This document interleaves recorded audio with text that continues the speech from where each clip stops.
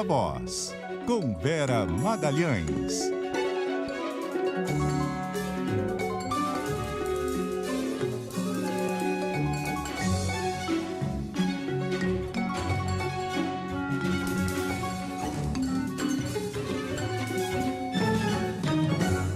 Viva Voz, Vera Magalhães. Tudo bem, Vera? Boa noite.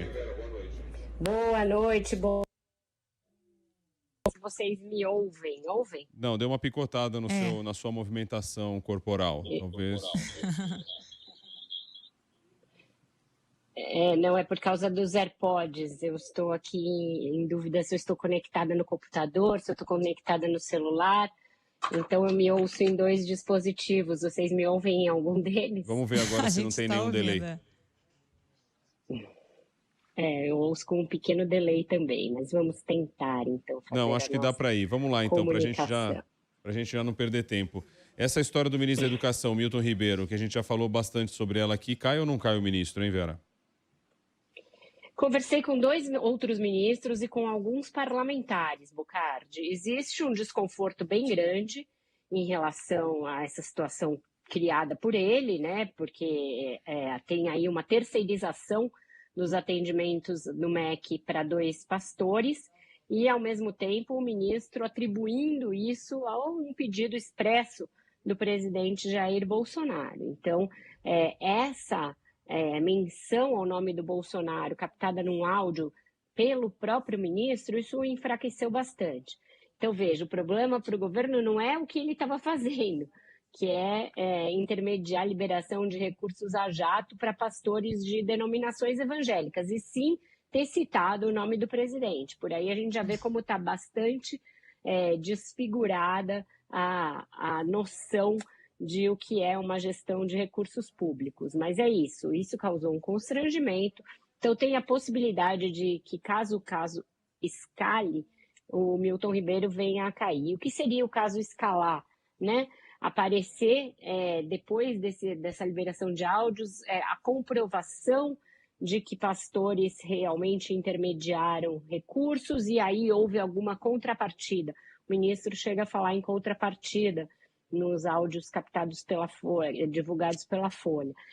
Então, o avanço dessas apurações, no sentido de que houve contrapartida para políticos ou contrapartida para os próprios pastores, envolvimento de funcionários do MEC nessa triangulação de recursos, porque o recurso público já sai por uma via expressa e não oficial, porque nenhum dos pastores era funcionário do MEC, e aí ainda poderia voltar uma parte de contrapartida. Isso é considerado a coisa mais grave que pode vir a ser revelada e aí que sim custar a cabeça do ministro Milton Ribeiro.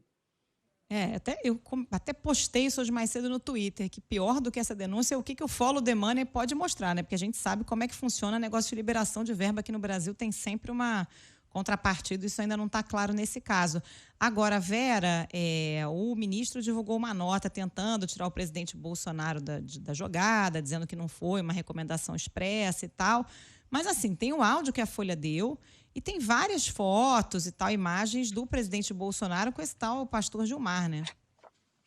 O pastor Gilmar, que é considerado o principal lá, né? Até no áudio, o ministro fala, o pastor Gilmar até na frente, e aí coloca ele na frente do outro pastor Arilton Moura, que também divide esse trabalho de lobby dentro do ministério.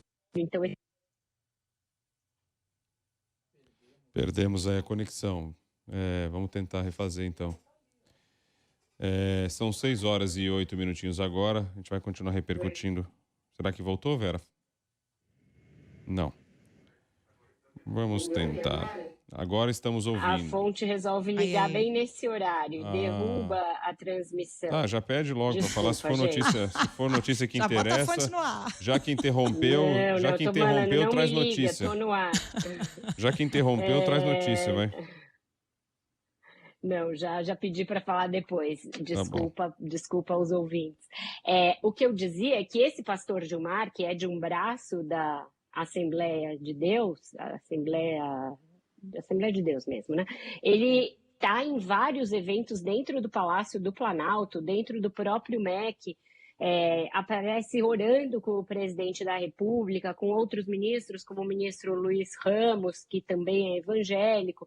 Ele aparece em solenidades para concessão de títulos, de honrarias. Então, ele tinha ele tem uma ligação muito próxima com a família Bolsonaro, com outros ministros do governo Bolsonaro, e era uma figura presente muito constantemente em atos no próprio Palácio. Se quiserem blindar o presidente, vão ter de sair apagando fotos que são fotos oficiais da presidência da República, que constam do site da presidência. Postei algumas delas mais cedo nas minhas redes sociais, mas as reportagens que falam desse caso estão também cheias dessas imagens que mostram uma grande intimidade entre o presidente e outras figuras do primeiro e do segundo escalão da República com esse pastor. E isso, né, Bocardi e Carol, é um método que a gente tem visto em vários ministérios, várias pastas do governo Bolsonaro, essa infiltração por pastores em funções que não tem nada a ver, porque afinal de contas, a gente nem precisava repetir isso aqui, mas o Estado é laico e o exercício das funções de Estado são laicas e não requerem que você tenha alguma filiação religiosa, a qualquer denominação religiosa que seja, mas no Ministério da Saúde também havia uma grande quantidade de pastores. No Ministério da ministra Damares, isso também é uma prática muito comum, assessores dela são pastores e estão ligados a ministérios religiosos, e isso é usado para organizar a agenda, isso é usado para priorizar quais são as pautas que vão ser tratadas ou não, vão ser levadas adiante. E no Ministério da Saúde, o que a gente tinha visto sob a gestão do Eduardo Pazuello era que esses pastores agiam da mesma maneira, tentando intermediar contatos, pastores, reverendos, que não faltava era a denominação religiosa de gente tentando chegar no ministro para levar algum amigo, levar alguém que quer vender alguma coisa. E nesse caso é esse o modus operandi. As pessoas querem liberar recursos públicos para cidadezinhas, algumas cidadezinhas minúsculas receberam muito mais recursos do que grandes municípios, mostrando que não tinha nenhum critério técnico para essa distribuição de dinheiro. E aí o modus operandi também, até falei mais cedo, além desse que você falou que é do fluxo do dinheiro, tem o modus operandi também, que não é particularidade desse governo, até porque a gente pode lembrar que o presidente Lula ele era a pessoa que nunca sabia de nada, assim como a presidente Dilma também, os mais recentes, eles nunca souberam de nada. E a gente está vendo agora também no caso do presidente Jair Bolsonaro, e já não é o primeiro caso também deste governo, de o presidente não saber de nada. Então, vocês têm sempre a documentação, algo que documenta a ordem, o nome do presidente, que é muito claro nesse caso agora com o áudio, e depois a nota, que daí, como a gente já disse mais cedo aqui, o papel na hora de escrever, ele vai aceitando tudo, né? E você diz lá, por exemplo, que o presidente não pediu, que foi o caso que o Ministério da Educação disse, que o presidente não pediu. Diga, apenas receba. É agora o que estão dizendo. Modus operandi tranquilo, normal, é esse mesmo, e protegendo o presidente. Receba, que nem o Luva de Pedreiro, né? Esse que está fazendo sucesso aí.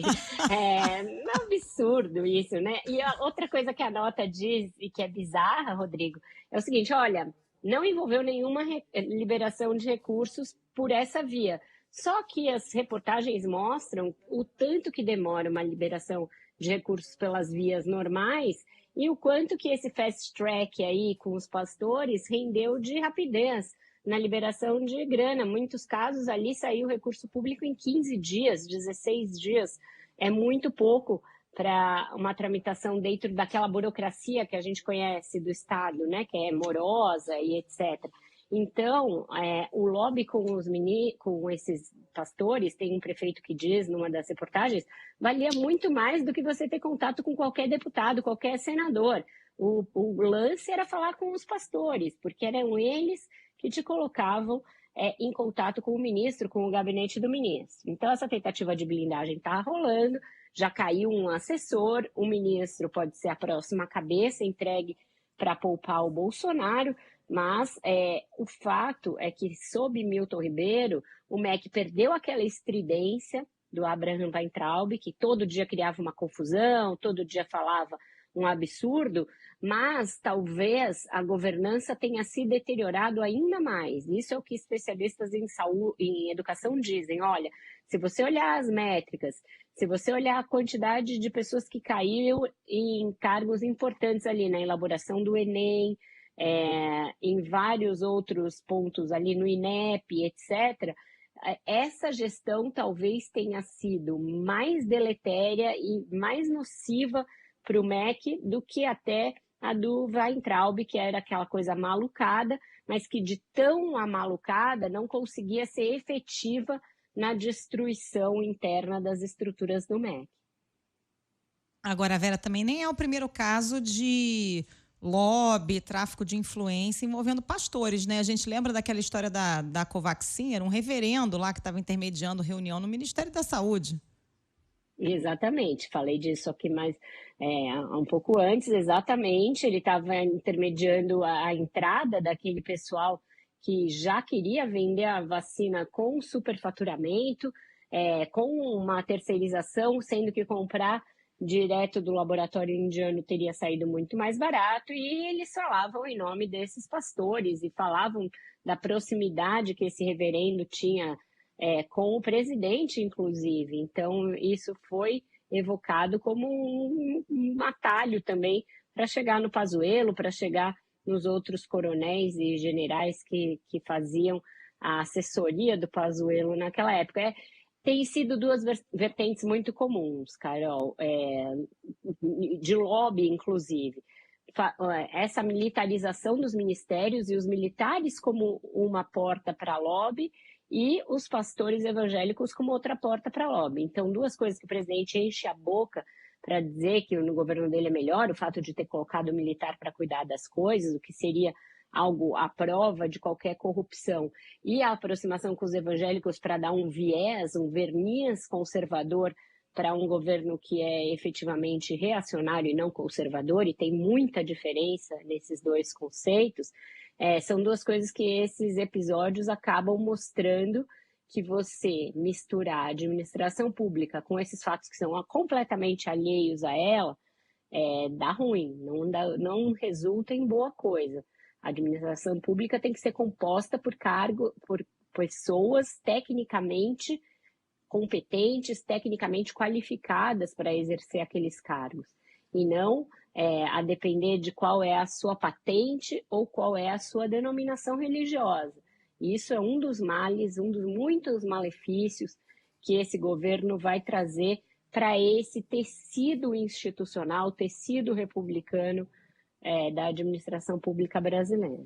Queria convidar para a conversa sobre este assunto do Ministério da Educação o ministro Milton Ribeiro, a deputada federal pelo PSB de São Paulo, Tabata Amaral. Está aqui com a gente, atua bastante na área da educação, hoje já esteve bem perto também deste assunto. Vamos ouvir um pouco. Deputada, obrigado, uma boa tarde. Boa noite. Boa tarde, boa noite, Rodrigo. Boa noite também para a Vera, para a Carol, para todo mundo que está nos acompanhando. Muito importante que a gente fale sobre esse assunto. A gente já falou aqui um pouquinho antes sobre o modus operandi, né, deste caso. Ele é muito parecido com os demais. Esse especificamente envolve a questão da educação. Uma necessidade transformadora a gente tem no nosso país com relação a esse assunto, e ainda mais na distribuição de verbas. Qual é a sua avaliação sobre este áudio vazado e o teor dele? Eu vou me somar ao paralelo que foi feito com a questão da corrupção que a gente viu na compra de vacinas.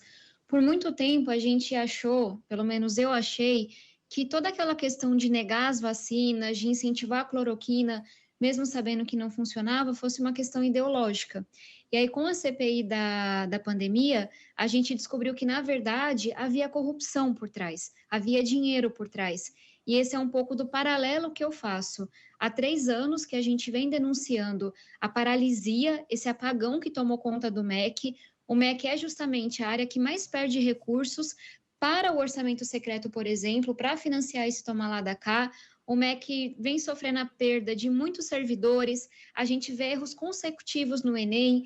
áreas como educação de jovens e adultos, o recurso está em conta, só 1% é utilizado de fato, então, uma incompetência generalizada. O que a gente vê com esse áudio que está circulando agora? Que, de novo, não é só uma questão de incompetência, não é só uma questão de ideologia, de um MEC que prioriza a educação domiciliar, mas não tem nada a dizer sobre Fundeb, sobre primeira infância e por aí vai. O que a gente vê é que, mais uma vez, tem pessoas lucrando, tem corrupção acontecendo. E aí, para mim, fica muito claro que a gente está falando sobre um grupo de pastores que, por sua denominação religiosa, como vocês acabaram de trazer, estão dizendo para onde é que vai recurso da educação, qual é o município que vai receber essa estrutura. Então, não se trata de qual é o município que mais precisa, onde é que faz falta, onde é que tem aluno mais vulnerável, mas sim onde é que você tem prefeitos do Centrão, então, dos partidos ali mais próximos ao governo, que conseguem ter essa influência com pastores. Isso é uma corrupção, isso é uma distorção do bem público. A gente está falando sobre improbidade administrativa, a gente está falando sobre tráfico de influências, e tem duas ações que a gente tomou hoje que eu considero muito importantes. Uma delas, ao lado do senador Alessandro Vieira e dos deputados Rigoni e Ferreirinha, a gente entrou com uma representação na PGR para que seja investigado isso que está acontecendo, e ao lado do nosso líder do PSB e outros parlamentares da bancada, a gente também está entrando com uma representação no Tribunal de Contas, porque não dá para isso ficar impune, não dá para não haver uma investigação, para as pessoas não serem punidas.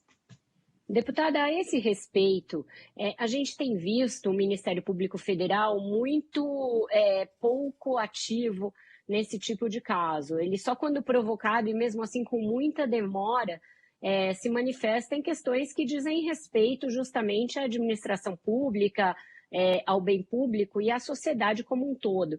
Não seria esse um caso clássico em que caberia ao Procurador-Geral da República tomar a frente de uma investigação? Com toda certeza, Vera. E o que você trouxe é muito verdade. Infelizmente, sobram as razões para que a gente acione o PGR, para que abra uma investigação. Como as pessoas não têm obrigação de saber disso, o papel dele é justamente ser essa pessoa que está fiscalizando, que está investigando a administração pública ou o governo federal toda vez que tem uma denúncia, mas infelizmente a gente vem vendo uma paralisia e uma convivência mesmo com coisas muito graves que estão acontecendo, que não vêm sendo investigadas, que não tem uma resposta. Então, a gente cumpriu o nosso papel de acionar a PGR para dizer, olha, vocês devem investigar, isso é grave, há indícios de, desde improbidade administrativa, tráfico de influência, corrupção, mas a gente está ciente que, infelizmente, a PGR vem sendo muito lenta ou até mesmo se ausentando de se posicionar por uma distorção do cargo, que não existe para isso. E é por isso também que que eu mencionei essa segunda ação, que está sendo tomada por parlamentares do PSB, que é fazer a representação no Tribunal de Contas da União, porque a gente está falando de um favorecimento ilegal de pastores, de uma coisa que não é a tecnicidade, que não é a necessidade, guiando a distribuição de recursos. Então, justamente porque a gente não vem encontrando muitas vezes uma resposta como deveria obter da PGR, que a gente também acionou o Tribunal de Contas, que a gente entende que cabe nesse caso. Agora, deputada, essa distorção na distribuição de verbas, claro que tem esse caso escandaloso, né? Evidente tráfico de influência aí com pastores determinando para onde vai a verba, mas tem uma distorção também na verba distribuída pelo FNDE, né? O Fundo Nacional de Desenvolvimento da Educação, que é um fundo que tem mais de 45 bilhões de reais, é muito dinheiro, acabou virando uma área de influência também do Centrão. E aí, se a gente vai ver no detalhe as liberações de verba, por exemplo, em dezembro de 21, Alagoas recebeu mais dinheiro do que São Paulo, que é o estado do presidente da Câmara, né? Quer dizer, são muitas distorções nesse caminho do dinheiro para a educação. O que você trouxe, Carol, está perfeito. E tem uma conexão enorme, no meu entendimento, com o orçamento secreto. A gente tem que ser firme e se posicionar contra a corrupção, independente se o partido que está no poder é de esquerda ou de direita. E da mesma forma que a gente criticou o Mensalão, que a gente criticou o Petrolão, a gente precisa criticar o que está acontecendo nesse momento que é gravíssimo. Quando a gente fala do orçamento secreto, é uma fatia do recurso público, do dinheiro que deveria ir para a saúde e para a educação, que está sendo fatiado, distribuído para comprar apoio de parlamentares. E aí tem distorções como essa que você trouxe, mas também tem indícios graves de corrupção, tratores sendo comprados a 3 vezes o preço que deveriam, empresas que compram emendas parlamentares e por aí vai. Para mim, é um paralelo direto com a situação que a gente está vendo com o FNDE, que concentra essas grandes obras da educação. E aí, de novo, a gente vê que esse recurso está indo para comprar, também para favorecer os parlamentares que são da base do governo, para comprar o seu apoio, para garantir a sua reeleição. Quem sofre com isso? O aluno pobre do município, que não tem ali, por exemplo, um parlamentar do Centrão e que acaba ficando sem o recurso que precisava. E aí isso é só a primeira camada, porque, de novo, da mesma forma que a gente vê que tem muito indício de corrupção, de desvio de dinheiro no orçamento secreto, não me surpreenderia saber que aqui também tem desvio de dinheiro. Deputada Tabata Amaral, do PSB de São Paulo, muito obrigado por estar com a gente aqui no Ponto Final. Uma boa noite, viu, deputada? Boa noite, obrigada pelo convite e seguiremos fiscalizando com essas 2 investigações. Até logo, boa noite. Obrigada, deputada. 6 horas e 24 minutos. Vamos seguir por aqui, Vera, com a nossa conversa. Já a questão do Ministério Público já foi colocada aí, você mesmo fez essa pergunta, mas tem a outra notícia que o Ministério Público se cala sobre a questão dos pastores, mas ressuscita o fantasma. O fantasma do açaí. Exatamente, Bocardi, mas aí não é o Augusto Aras, né? Tem de vir dos procuradores das instâncias inferiores do MP algum tipo de iniciativa. E mesmo assim, olha o delay, né? Olha a demora nisso. Esse caso veio à tona em 2018, é um caso da Val do Açaí, para o nosso ouvinte que não está familiarizado com esse assunto, era uma funcionária fantasma do gabinete do então deputado federal Jair Bolsonaro, Valderice dos Santos da Conceição. Ela atuava em Angra, lá onde o então deputado tem uma casa, e ela vendia açaí e fazia serviços de limpeza e de cuidar do cachorro do presidente na casa dele. O marido dela era caseiro na casa do Bolsonaro. A Folha de São Paulo noticiou que ela era funcionária fantasma do gabinete, nunca tinha ido a Brasília, não realizava nenhum tipo de trabalho parlamentar e ainda assim tinha sua frequência certificada pelo Bolsonaro em documentos públicos da Câmara de 2003 a 2018. São 15 anos de alguém trabalhando, agora diz o Ministério Público, comprova aquilo que a reportagem dizia, como funcionária fantasma. E o que mais o Ministério Público constatou? Que ela chegava a sacar 87% daquilo que ela recebia na boca do caixa quando chegava o dinheiro. Então, mais uma suspeita de rachadinha, de que ela recebia aquele salário para o qual ela não trabalhava e devolvia esses recursos para o então deputado federal Jair Bolsonaro. Teve meses em que ela chegou a sacar em espécie 95% daquilo que recebia e no ato ali na boca do caixa. Então, agora está pedindo a condenação do então deputado por improbidade administrativa, mas a gente sabe que isso também vai levar muito tempo, pode ser que não seja aceito e não haja essa condenação, mas é um caso que foi noticiado pela imprensa durante a eleição e ainda assim uma boa parte do eleitorado brasileiro comprou aquele discurso segundo o qual não havia corrupção ligada à família Bolsonaro. Corrupção é sempre uma questão de oportunidade, né? O montante varia de acordo com o acesso que você tem a recursos públicos. E ali já ficava patente um expediente que é, sim, uma das formas de corrupção. 2, né, no caso, ter um funcionário fantasma e fazer rachadinha do salário. Esse é um caso da Val, né? Porque tem dezenas de outros com suspeita também de funcionário fantasma, de rachadinha. Já teve áudio da ex-cunhada do Bolsonaro admitindo que era funcionário fantasma. Então, assim, é um caso, mas tem vários outros aí para E nos gabinetes de todo também, mundo, né? Exatamente. Era uma holding da rachadinha. Para a gente fechar, Vera, o TSE chamando novamente aí o Telegram para discutir combate às fake news. E o YouTube decidiu remover qualquer conteúdo que diga que teve fraude na eleição de 2018. Bem importante, né? Exato, Carol. É o cerco da justiça eleitoral se fechando sobre desinformação, fake news, discurso de ódio na eleição. Estão usando, no caso do YouTube, precedentes de regulamentações que já foram feitas nos Estados Unidos e na Alemanha. Então, serão removidos todos os conteúdos que afirmam sem provas que houve fraude na eleição de 18. Aqueles que questionam se a urna é segura ou não serão mantidos dentro da ideia do YouTube de que se está fazendo um debate jornalístico, um debate de ideias. Mas ainda esses terão uma tarja de que não existe comprovação de fraude e que, portanto, não é uma afirmação, mas sim uma discussão. Já é um avanço em relação ao que a plataforma faz hoje. Quanto ao Telegram, foi mandado pelo ministro Fachin um convite para uma reunião nesta quinta-feira. Vamos ver se vai cair no spam ou se dessa vez eles vão. Bom, é isso, né? Queria que encerrar essa conversa de hoje, tá chegando já o horário do repórter CBN, em vez de música, com uma mensagem que eu achei importante que veio aqui no nosso WhatsApp, da Marcília. A Marcília ela é de Belo Horizonte e ela está aqui, está ouvindo a gente nesse momento e ela relata: que desânimo escutar essas notícias. Estou indo para o trabalho, sou professora e durante todo o tempo, quando tratamos deste assunto aqui hoje, eu lembrei muito dos professores. Muitos professores naquela luta. Tanto que teve até uma brincadeira que alguém mandou uma mensagem pra gente aqui dizendo que na hora que como é que era? Que o presidente era o ministro Milton Ribeiro é o velhinho da praça. Que o presidente falou, ajuda os professores. Daí ele foi lá e entendeu que era ajudar os pastores. Alguma coisa assim. Mas vamos lá continuar com a mensagem da Marcília. Então, assim, ela tá indo pro trabalho, é professora, dou aula agora, nessa hora, hein? 6h30 agora, dou aula agora, em um bairro de baixa renda em Belo Horizonte. Eu fico preocupada com as oportunidades que meus alunos podem ter. Faço o máximo que posso. E escutar corrupção na educação é um balde de água fria. Parece que joga todo o meu trabalho no lixo.